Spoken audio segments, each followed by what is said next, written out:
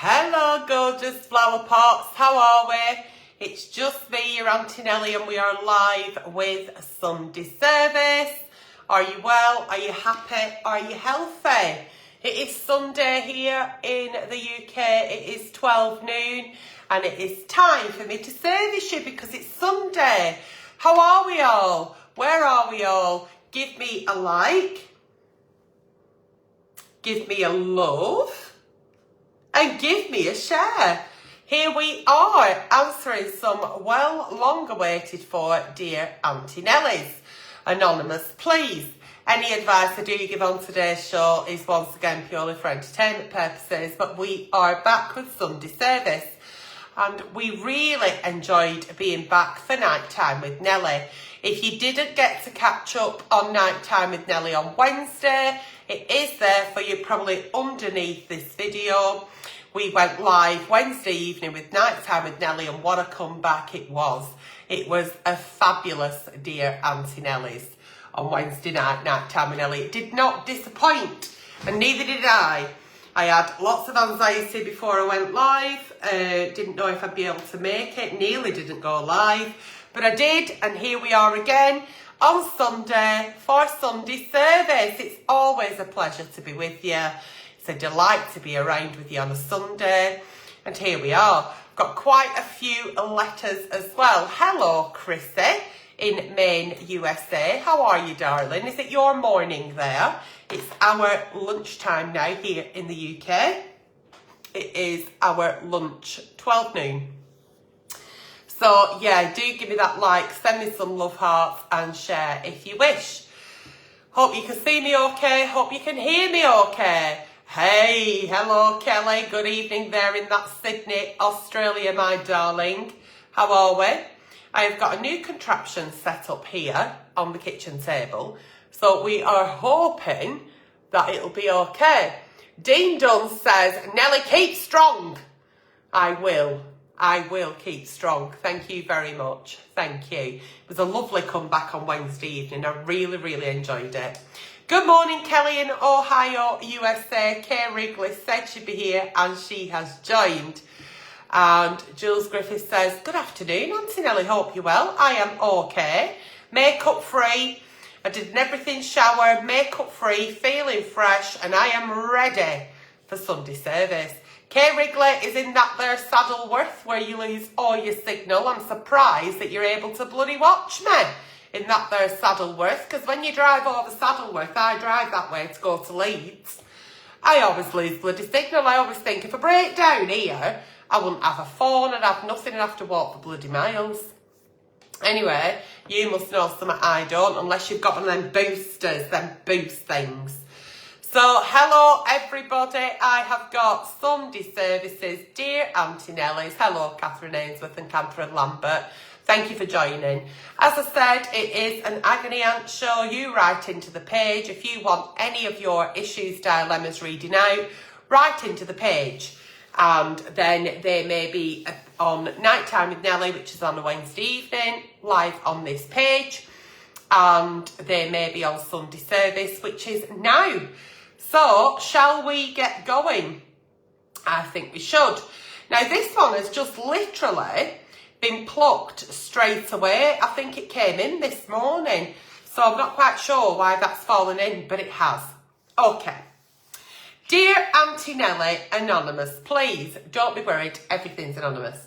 My best friend's partner is the laziest, most unthoughtful person I've ever known. Wow. When their daughter was born 6 years ago, they agreed that she'd stay home and be a full-time mum and manage the house. They made a little extra money by selling things at car boot sales and on eBay. Now their daughter is in full-time school, but the partner does the bare minimum. Ah, right, okay, so she's still at home mum even though child's at school, right. She fills the house with random junk and leaves the large spare room pile high while their daughter is crammed into a tiny room, right. She spends her weekends at the car boot, right, okay. Your friend works over 60 hours a week, and when he comes home, he's got to make the tea and clean up the house. His mum does bake for him and relies on takeaways. He pays for everything while she wastes money on us. Oh, God. Right, okay. Blah, blah, blah. She does say now, she says, I know it's none of my business, but it's heartbreaking to watch. I love him like a brother and it's straining our relationship. We argue about it constantly. What? Because I wish he'd see that he deserves better. I'd love to hear other people's thoughts on this. His family all agree, but no one wants to rock the boat. Look, your love and your loyalty for your friend does shine through here, and he is lucky to have someone like you. However, this situationship between your friend and their partner feels heartbreaking for you, you're absolutely right. It's none of your fucking business. They've entered into a partnership expecting teamwork and balance, but instead they're kind of carrying all the emotions, the finances, and all the practical load. Once again, that's none of your business. It is sad that you fear that he's stuck in a relationship where he's not getting what he wanted, but you can't fix this for him. You can't do that. And going round gossiping with the family, saying, we all know it's wrong, but nobody's got the balls to do anything about it, is because it's not your balls to do something about it. It's up to him to change that. It's his life, and any change in his life has to come from him. And pushing him too hard and arguing is just going to cause resentment and damage in your relationship further. I think you just need to keep steady, support him without judgment, offer a listening ear should you need to. And sometimes people stuck in toxic dynamics need someone not to hold a mirror up to it, just to listen. You can't force him to leave, you can't force him to change it. This is his place to sort it for himself should he need to. So it's all on him. Maybe instead of criticism as well, quiet encouragement and reminders of his worth might be more powerful. So keep loving him like a brother, keep being the friend that you are. And I know that you feel he needs more, but the only person that can change that is him. So rather than arguing about it, then just let him crack on and make those changes when he feels ready. I hope that helps. It's so obvious to us, isn't it, when we have a best friend who we love dearly and they're in situationships, relationships, friendships, partnerships, work, whatever it may be, and they're not being loved or appreciated or respected as much as we do. It's so frustrating. But as a friend, it's not for us to stick our nose in. It's really none of our business. The only person that can change the situationship or the situation they're in is them. So it's about sitting with them, encouraging them that they're worth more, and then being there to hold the hand as they try and make the changes. But we can't do that for them. Yeah. Excuse me. Good afternoon, everybody who is just joining. How are we all? Hello, Kat Evans. Good afternoon. Linda Doherty. Hello, Jan McPeak. Hello, lovely ladies joining this afternoon. It's a pleasure to be with you. Hello to my good pal Joanne Eaton and Jacqueline Kitson. It is lovely to be with you. Hello, Annette Dearden. So there we go. That's the first Dear Aunty Nelly of Sunday service in the bag. Let's move on. Dear Aunty Nelly, my husband hasn't looked at me, really looked at me in years. We pass each other in the home like housemates. He's glued to his phone, the telly, or his weird hobby. Doesn't say what. I used to feel sexy, seen and wanted. Now I feel like wallpaper. I don't even know who I am outside of being his wife. Is this just marriage or have I gone completely invisible? Rather than feeling like you're invisible in your home, I don't know what his weird hobby is. I don't know why you're passing like housemates in your home. But rather than sit there and worry about why you're feeling invisible, what are you doing to stand out? What effort are you putting in the relationship? Because, yeah, he may be glued to his phone. He might have a weird hobby. He might just be sat watching telly. But there are things that you can start to do to encourage him to see you.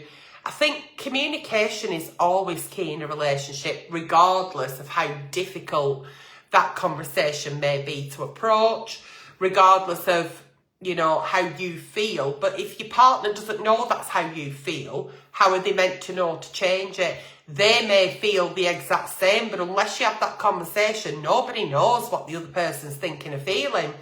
So why don't you have that conversation and say, are you bothered about this on telly? Because wouldn't it be nice to go for a walk? Go for a walk, go and see some friends, maybe have a date night, maybe turn the TV off and have that conversation. I think sometimes things happen because we allow them to. So rather than feeling that this is just marriage, it isn't. Marriage is what you make it. Your relationship's what you make it. Your life is what you make it. Don't expect him to stop his weird hobby, turn the telly off and once again make you feel needed and wanted. What are you doing for that to happen? It takes two. So please feel that you can. You can have that conversation. You can once again feel needed and wanted by your husband. And to feel needed and wanted by your husband, they also need to feel seen, needed and wanted. It works both ways. So I'm not chastising you, but what I'm saying is, it's happening because you're allowing it to. Things happen to us because we allow them to. We have no boundaries. Your boundaries in your marriages, you want love, support, you want to feel sexy, you want to feel wanted. Then what are you doing about it? And I think you need to start something now. If you're watching me, turn me off. If the TV's on, turn it off. Go and speak to your husband. Tell him you miss him and you want to get some spark back. Good afternoon, everybody. We are live for Sunday Service. Can I just say, please do put in the comments if you did catch up on Wednesday night's Night Time with Nelly, because how wonderful was it to be back with Night Time with Nelly? It was great, and it's there on the page for you to watch should you wish to. Dear Aunty Nelly, I am living with my ex. We broke up 6 months ago, but neither of us can afford to move out. It's like torture. We're civil, but the tension is unbearable. He brings dates home and I pretend it's fine, but I cry in the bathroom. How do I survive this without losing my mind? One of you needs to leave. One of you needs to leave, or you both need to leave and go and live elsewhere. It sounded all fine, didn't it, when you broke up and said, look, let's live together because we can't afford to move out. Can I bring dates home? Yes, you can. But really, no, he can't. It's about setting boundaries, and whether he's an ex or a housemate, you're living in a shared accommodation, it's about knowing what's acceptable in any situationship, and that's not acceptable to you, so you need to set those boundaries. Why are you still living together financially? If you're living in a home with him because neither of you can move out, then could you go and live elsewhere? Like a house share? Could you maybe rent a flat with a mate? You know, sometimes it seemed like the perfect thing, the perfect scenario, and it was going to be fine, but it's not. So you need to start putting in things so it's not fine, so that it does get fine for you. What I was going to say was, you're making it very easy and it's going to become too comfortable. You don't want to be living with your ex forever, do you? You absolutely don't. So why don't you move on from that? Put things in place so you can move out. Maybe that's up to him to decide what he wants to do, but you need to look after you. When he's bringing dates home and you're crying in the bathroom, that is not healthy. It's not healthy. And I don't think for 1 minute, maybe it's because you've got unfinished business, so you're hoping you'll rekindle, you're civil, but there's a lot of tension, and that is not comfortable for anybody. So you need to look at some house shares, flat rentals. You need to look at your circumstances, maybe go and live with your mate for a bit. Get your shit together. Living with your ex is not the way forward. Whether you decided that you were going to house share or whatever, it's not the way forward. It's not healthy, balanced. You need to move on. So your first steps are seeing if anybody's got anywhere free. Is there anybody you can lodge with for a bit? You need to get out of that situation. Otherwise, you're always going to be stuck on it. And while you're stuck in it and you're so unhappy in your own home, it's the only place you should feel safe and happy, then you're not going to be making rational choices about your circumstances. And this isn't a circumstance you need to be in. The only person, though, that can change it is you. So I suggest you crack on and do that now. Dear Aunty Nelly, I absolutely love my kids. I love them more than anything. But lately, I have been fantasising about running away. Not forever, just for a week or a weekend, even for a night. I feel all mummied out. My partner says, why though, you're so good at being a mum? What if I just don't want to be a mum anymore? What if I want to be me again? Please help. Do you know what? I applaud you for being so honest, because mumming is the hardest job on earth, and it is so thankless and it's unpaid.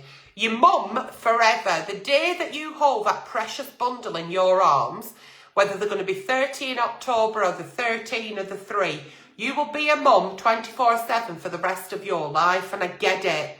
It gets a lot sometimes. It gets a little bit like you need a minute to breathe. This person will follow you round regardless. Even if you think, I'll go and have 5 minutes in bath, they want to sit on the end of the bath, or it's just the right time for them to go and use the toilet. I get it. And there's lots of people watching this who'll be championing you for saying, I felt like that, or I feel a bit like that. It's really important for you to have a little break. You've got a partner, which is brilliant. That's great. That's the first step. Your partner said, you're so good at being a mum though, why? Yeah, you are good at being a mum, but you could be a better mum if you looked after you first. You can't pour from an empty cup, and you just need a little break.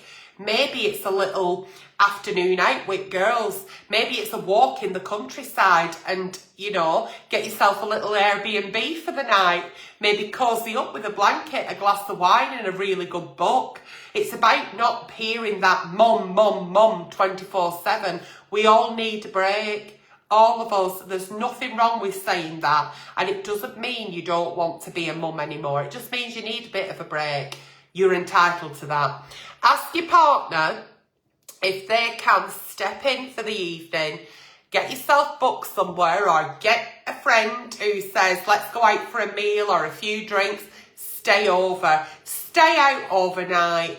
Don't be there for bath time and bedtime and evening stories.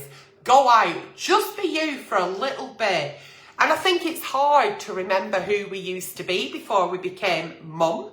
It is hard, as when your children leave home to college and universities, empty nest kicks in and you forget what you're supposed to be doing because you're not there anymore as mum. So you feel a bit lost. You're just feeling you're lost as you as a person. Ask your partner for a few hours, a weekend, God forbid a week, to step in, take over the reins, and for you to be able to do something that makes your heart smile, something that allows you to breathe for 10 seconds. For God's sake, something that allows you to take a shit in peace. That's all you need. Doesn't mean to say you're failing. It doesn't mean to say you don't want to be a mum. You just need a bit of you time. And it's so important for us all to just take a minute, relax, breathe out, count to 10, fill our cup, and then go back in. So that's what I suggest you do. Tell your partner, you know you're a good mum. You know you are. Of course you're a good mum. You love your children. As you said, I love them more than anything. But you do just need a little bit of you time. So if you've got relatives, godparents, aunties, uncles, mums, dads, grandparents, good neighbours, and they say, if you ever need, snap their hand off, take up on that opportunity and just have a little bit of you time. It's not a failure. Doesn't mean to say you're a bad mum. Just means that you just need a bit of you time. And that is something I would encourage each and every time. Dear Aunty Nelly, my partner has a work wife. Does he now? You know, the flirty one. Oh, she's a work wife, but she's a bit flirty. He's always messaging her and she messages him with jokes.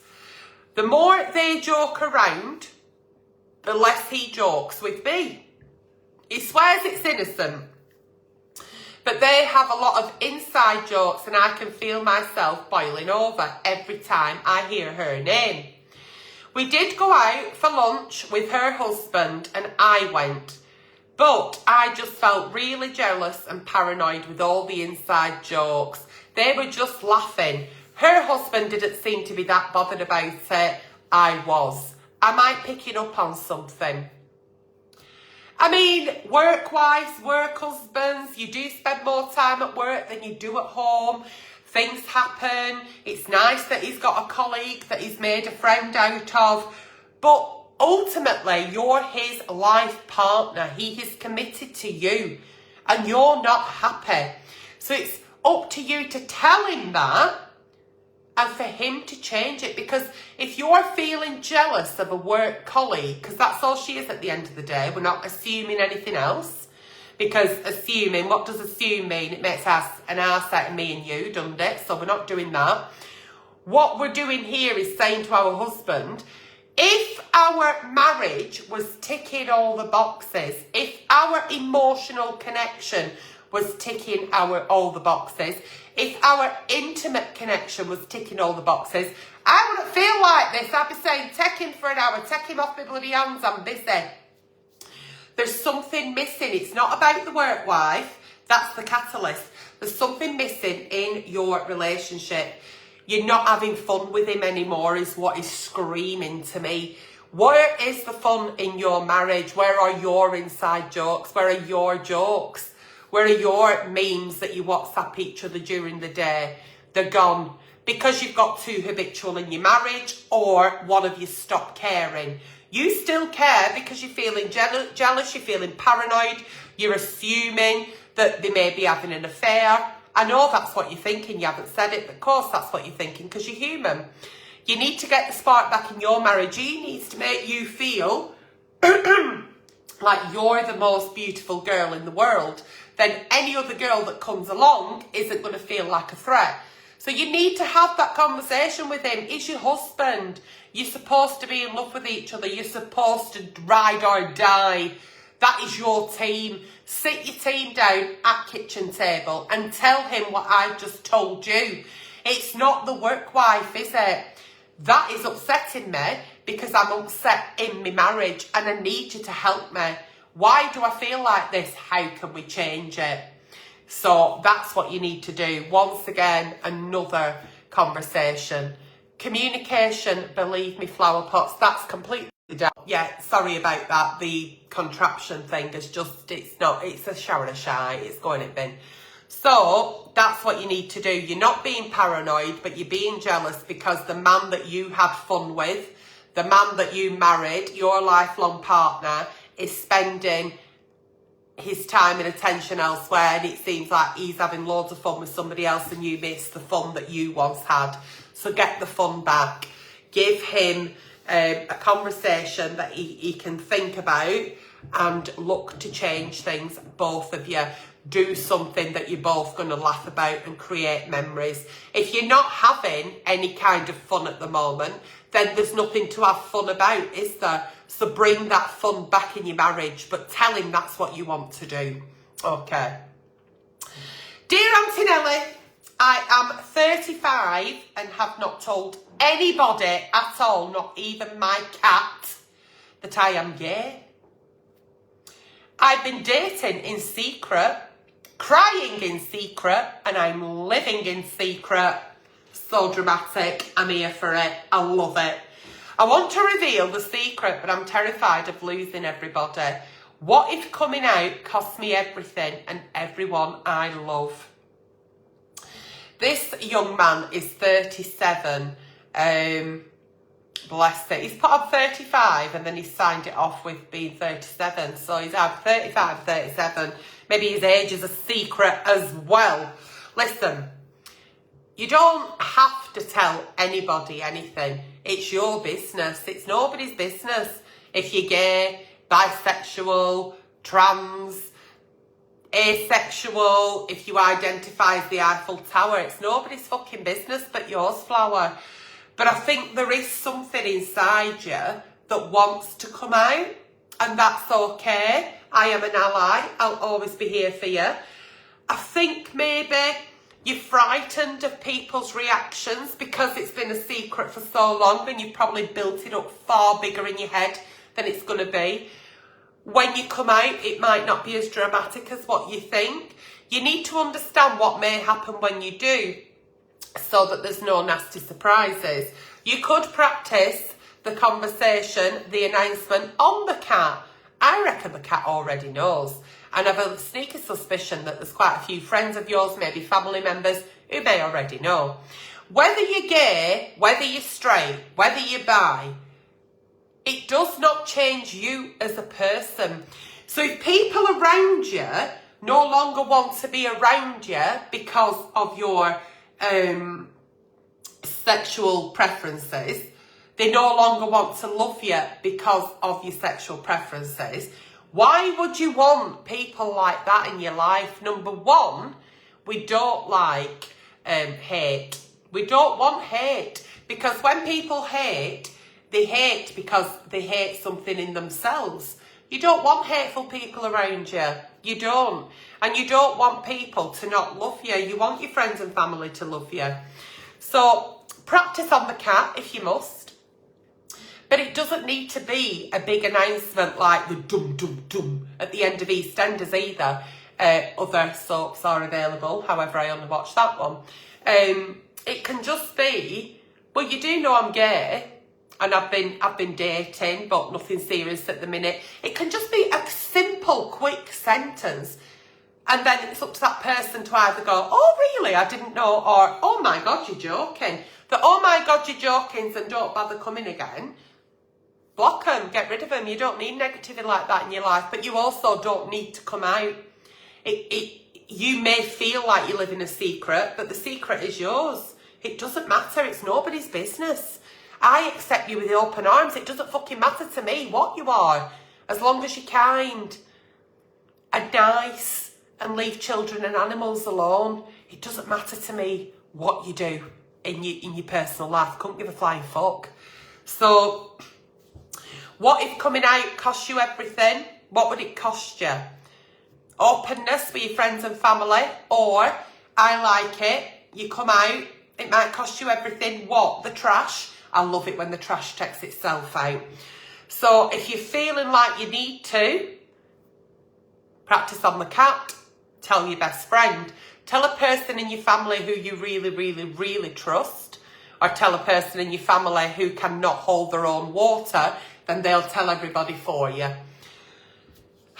I just feel it's a shame and it upsets me that people feel they have to come out. I do, because I never have felt like I had to go, hi, my name's Aunty, I'm 51 and I'm a heterosexual and I'm a cis woman. Hi, my name is, but if you feel that you need to so that you can relax, you can breathe deeper, you can just be you. If you feel that you're not able to because of that, then do it, and the sooner the better. I don't want you to live in secret. You shouldn't have to live in secret. You shouldn't be in closets. I applaud you. I love you. I respect you. It doesn't matter to me. Like I said, as long as you're kind, you leave children and animals alone, you'll always eat at my table. Moving on. Dear Aunty Nelly, everyone thinks I'm a nice girl. Do they now? I'm always smiling, always helpful, and always the one to keep the peace in the family. But inside, I'm so tired of being the emotional sponge. I want to scream. I am sick of clearing up everyone else's mess. I want to say no, but don't know how. I want to stop being the nice girl, and then people will stop coming to me. But I care so much. Why do I care so much about keeping everyone else happy? Please help. Oh, sweetheart. Oh. That's just it, isn't it? There's a saying, I don't know if it is worldwide, but here there's a saying that says you're too nice for your own good. You care, Don't change that. You're nice. Don't change that. You're there as emotional support for people. Don't change that. But the question I've got for you is, who's there for you? Because this can be absolutely crippling. It can be crippling. It can stifle you. It can make you have a job role that you never knew you were born to do. You're allowing that to happen to you. And I get it, because you care, because you love your family, because you want people to be happy. You want the ones in your life to be happy and healthy. And you seem to have become the unpaid therapist. It's not fair to you, darling. Who is helping you? Because as nice as you are, and as kind as you are, and as caring as you are, we all have issues. We all need somebody. Who've you got? And if the answer is nobody, then it's time to change that. You need to be able to feel comfortable to say, I'm really sorry that you're going through that. That sounds horrific for you. However, I've just got a few bits going on myself. I've got some stuff I need to deal with. So I need to deal with that. I'll get back to you. Might it stop them in their steps? Absolutely. Might it make them mute and disabled in the sense of where, hang on a minute, I knew I'd come to you and you'd deal with it? No. Sometimes you're carrying that umbrella over everybody's head and you're getting piss wet through. It's time to take some cover. It's not going to feel comfortable. It's not going to feel nice. And you're going to feel really guilty. And you're going to have a pit in your stomach. But the more you start doing it, the easier it'll become. You matter. You can't pour from an empty cup. You really can't. You can't do that. You can't keep doing this to yourself. Your family need to buck up. They need to sort their own shit out. It's not for you to sort everybody's mess out. Because when something happens to you, what will you do then? So it's time to start putting you first by being empathetic and kind to their issues, but in a way that makes them understand that you're a human too. You have feelings too. You have issues too. And it's important that you address you before you address anybody else. So I know that you want to keep everybody happy and you care for everybody and you're a nice girl and you're always there. It's time to not always be there temporarily and make them look elsewhere. That is going to feel a lot better for you in the outcome. It won't feel good to you at first because it's going to feel really confusing to you. You're going to get massive feeling of anxiety. You're going to feel like you're letting people down. But you'll find a way of balancing that out and they should be able to appreciate that. If they've loved you enough to come with you with their issues, they should love you enough to know that sometimes you have to look after you too, because it doesn't sound to me like they're looking after you. And what I would like, really, is that family member, whoever it may be, to turn around and say, I am so sorry I brought this to your door. Let's forget that. How can I help you? That would be lovely. You may not get that response, but how wonderful if you did. And if you keep doing what I've advised you, eventually you will. You'll also matter because you matter to me. So if you haven't got that person at the moment, you can always come to me. The inbox is always open and I wish you good luck with that. Okie dokie, the last Sunday service. I thought I'd pulled a few more through, but I haven't. Look at me, early dart. Right, oh Jesus Christ, rendering me a good one here. Dear Aunty Nelly, anonymous please, always anonymous, do never be filled, and any advice I do give is purely for entertainment purposes. I've developed a full-blown obsession with a celebrity who I follow online. Okay. I don't even know them. Well, you won't do. But I check their stories like clockwork. I dream about them.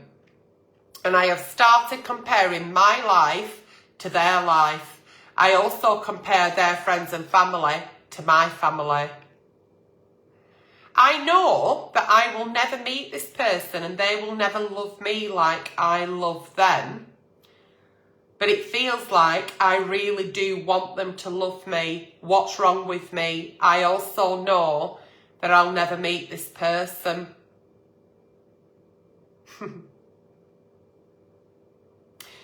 Isn't it nice to watch celebrity stories and maybe they're having a cup of coffee and you like a cup of coffee. Maybe they're sat at a coffee table and you like that coffee table and look for something similar. You might not be able to afford the 33 grand Italian marble, but you could get something similar. Fully blown obsessions can be quite dangerous and quite harmful to your mental health. So all joking aside here, I'm going to give you some distraction techniques and coping strategies to try and tame the obsession. But I don't think a visit to your general practitioner would go amiss here. What is missing in your life, flower pot, that you've allowed this person in the orbit that doesn't even know you exist to overtake your life? What are you, number one, running away from? What are you, number two, seeking? Believe me, these celebrities we see, the stories we watch, do we really think that that's how they live their life? Do you really think that that's authentic? Do you really think they are the bare bones of what we feel they are? They're so out of reach to us. Yes, scroll through your TikToks and your Instagrams and whatever else. Do it. Watch the stories. It's fascinating, isn't it, to see how they live, what they do, how they spend the day. But that's not your life. And while you're concentrating so much on somebody else's life, you're missing out on living your life. What do you want from your life? Why are you so fascinated by this person?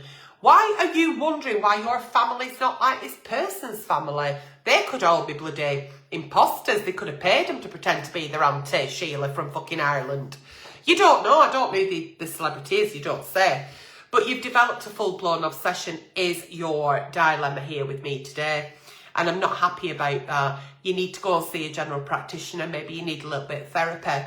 The therapy is going to focus on, and your distraction needs to focus on, why am I so unhappy in my life that I want to live my life through the screen of somebody else's that I'm never going to meet? That is the reality. And I'm sorry if it sounds a little bit sledgehammery and a bit brutally honest, but I'm worried about your life slipping away. So let's get one of them timers out, you know, the sand timers. Let's put it to full, turn it round, and that sand is disappearing into the bottom, isn't it? Whilst you're concentrated on this celebrity, this A-lister that you'll never meet, doesn't know you exist, your time's slipping away. You're living your very precious life through somebody else, through a screen. Stop that. The sooner the better. Maybe put yourself on screen time. Maybe put your phone as to where I can only watch for an hour a day, rather than it be going a clockwork thing 24/7. If you feel that you cannot move away from this person, it's not about the person. It's about you escaping reality and wanting something that's missing. What are those two things? What is going on in your real world that is making you feel that you don't want to be in it? And what isn't going on in your real world where you'd like it? What can you do to change that? I always say any advice I give is for entertainment purposes, but sometimes the advice I give and anybody else on the street would be, sweetheart, your life's slipping by. Tomorrow's promised to nobody. Please look after you. Live your life. Make your memories. Make people watch your stories and go, wow, I'd like what she's doing. And encourage your lifestyle in the way you can by watching these people. You then inspire other people, but don't try and match these celebrity lifestyles through stories, because it's not reality. It's not reality. I could have been crying myself to sleep all night. I could have been doing all sorts, but I'm here on a Sunday at 12 o'clock. Morning, flower pots, let's do this. You don't know what goes on behind closed doors. You're giving all your energy to this person through a screen, and your energy is ebbed and it's slipping away. What is missing and what are you looking for? And believe me, you ain't going to find it in somebody else's fucking stories. Don't care who they are. You need to sort your shit out first. And if you can't, get to the doctors, get some therapy, Let's see what you're craving. Let's see what is missing. Let's see what you're running from. That's why obsessions can happen. We become obsessed with things because we feel that they're going to enhance us. They're going to enhance our lifestyle. They're going to make everything better because we've seen that other person do it. So of course it's going to work. Of course it's going to be better for me because it's better for them. Sort your own shit out first, sweetheart, okay? So I'm always here for you. Don't compare yourself ever to anybody else, especially to celebrities. I ain't saying that this person's coming live on stories or whatever and they've got a terrible time and they're pretending to be not. I'm not saying that. But what can you do in your life to enhance you? Find what's missing. Find what you want. And if you can't, distract yourself from screen time. Go and see a professional. Okie dokie. That was Sunday service. So we did night time with Nelly on Wednesday. Did you watch it? Have you catched up? Did you like it? And we've done Sunday service. Bloody hell, twice in a week. Wonderful. It'll snow red next week. It's an old saying here in Rosendale when something happens that's not supposed to. So I hope you've enjoyed today's Sunday service. Please do write into the page with your night time and Nelly's with your Sunday services. But if you have got a sock that's a puppet, don't write in because I am still thinking about the last night time with Nelly, which absolutely fucking terrified me. I have never been terrified before. I'm still a little bit terrified. Thank you for joining me on today's show. As I said, everything's for entertainment purposes. If there is a real dilemma, issue, or you're in danger, please contact the correct authorities.